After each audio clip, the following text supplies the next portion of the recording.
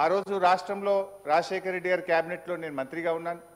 Doctor Manmohan Singh గారు సభలో గీతారెడ్డి గారు లేరు, గీతారెడ్డి గారు, దామోదర్ రాజనరసింహ గారు, మేమందరం కూడా మెదక్లో ఎస్సీ ఎస్టీలకు పట్టాలు పంచేటువంటి కార్యక్రమంలో మన్మోహన్ సింగ్ గారితో పాటు ఆ రోజు ఒక మంత్రిగా నేను వేదిక మీద పాల్పంచుకునే అదృష్టం కూడా నాకు దొరికింది. సో అట్లా డెఫినెట్గా వారితో ఉన్నటువంటి జ్ఞాపకాలు, వారితో ఉన్నటువంటి అనుబంధము, వారితో ఈ రాష్ట్రానికి మా పార్టీకి ఉండేటువంటి అనుబంధాన్ని చెప్పడం ఎట్లా తప్పవుతుంది అధ్యక్ష?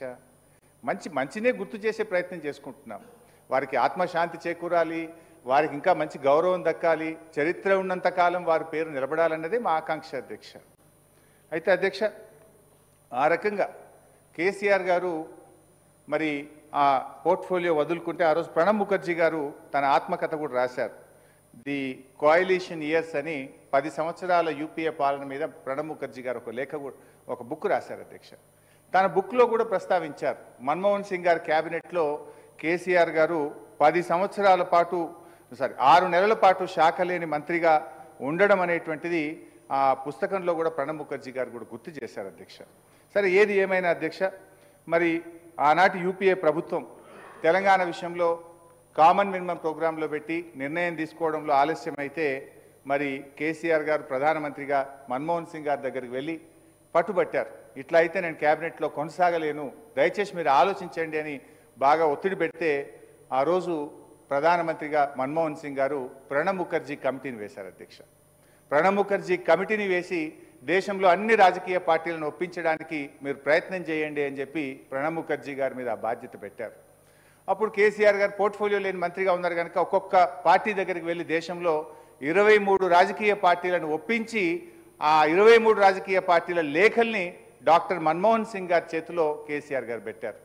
ప్రణబ్ ముఖర్జీ గారి కమిటీకి కూడా ఆ లేఖలు అందజేసినటువంటి విషయాన్ని కూడా నేను గుర్తు చేస్తున్నాను. ఒక సందర్భంలో ఇంకా 2 సంవత్సరాలు దాటింది, నిర్ణయం ముందుకు పోతలేదు అని చెప్పి కేసీఆర్ గారు ప్రధానమంత్రి దగ్గర టైం తీసుకొని అప్పటి మన టీఎన్జిఓ నాయకులు స్వామి గౌడ్ గారు, దేవి ప్రసాద్ గారు, విఠల్ గారు, జయశంకర్ గారు, ఇలా అందరితో కూడా మన్మోహన్ సింగ్ గారి దగ్గరికి వెళ్ళి తెలంగాణ రాష్ట్ర ఏర్పాటు ప్రక్రియను వేగవంతం చేయండి అని చెప్పిన సందర్భాలు కూడా ఉన్నాయి అధ్యక్ష. సో అట్లా మన్మోహన్ సింగ్ గారి క్యాబినెట్లో దాదాపు 2 సంవత్సరాల 4 నెలలు పనిచేసిన తర్వాత కేసీఆర్ గారు తెలంగాణ రాష్ట్ర ఏర్పాటు ప్రక్రియ ఆలస్యం అవుతుంటే రాజీనామా చేసి పదవిని వదులుకొని కూడా బయటకు వచ్చిన విషయం కూడా గుర్తు చేసుకుంటాను. సభకు సహకరించండి. నేను స్పీకర్ గారి మీద స్వయాన కేసీఆర్ గారికి ఫోన్ చేసి సభకు రమ్మని నేను రిక్వెస్ట్ చేసిన. సరిగా ఆ అంశంలోకి పోతే మేము కూడా మాట్లాడాలి సార్. ఈ సభ ఏం గౌరవం ఇచ్చింది సార్? సభలో కేసీఆర్ గారు మాట్లాడుతున్నారండి. సభలాగా నడుస్తలేదు. మీ పిఏసీ చైర్మన్ మీ ఇష్టం నిర్ణయం తీసుకున్నారు. కేసీఆర్ గారిని అడిగి ఆయన గౌరవం ఇచ్చి మీరు పిఏసీ చైర్మన్ నిర్ణయం తీసుకున్నారా, లేదా శాసనసభలో అనర్హత విషయంలో మీరు నిర్ణయం తీసుకున్నారా? సభ అట్లా మాట్లాడితే we can deviate, but I don't want to deviate. But నేను హరీష్ రావు గారిని కోరుతా ఉన్నాను. ఇది ప్రధానంగా మాజీ ప్రధాని మన్మోహన్ సింగ్ గారి నివాళులు పలుకుతా ఉన్నాము. ఇది సీనియర్ లెజిస్లేటర్, నివాళులు పలుకుతా ఉన్నాం, సంతాపం చేయాల్సిన ప్రధానమైన బాధ్యత. ఈ సందర్భంలో అవసరం లేని చర్చకు దారితీసే అధ్యక్ష, we will never be paying proper respects to the departed soul. I request honorable member who is also a senior member, who knows how to run the assembly, please try to restrict to the subject related to former prime minister. Conclude చేయండి హరీష్ రావు గారు. Right. With due respect and high regard to doctor Manmohan Singh and you sir.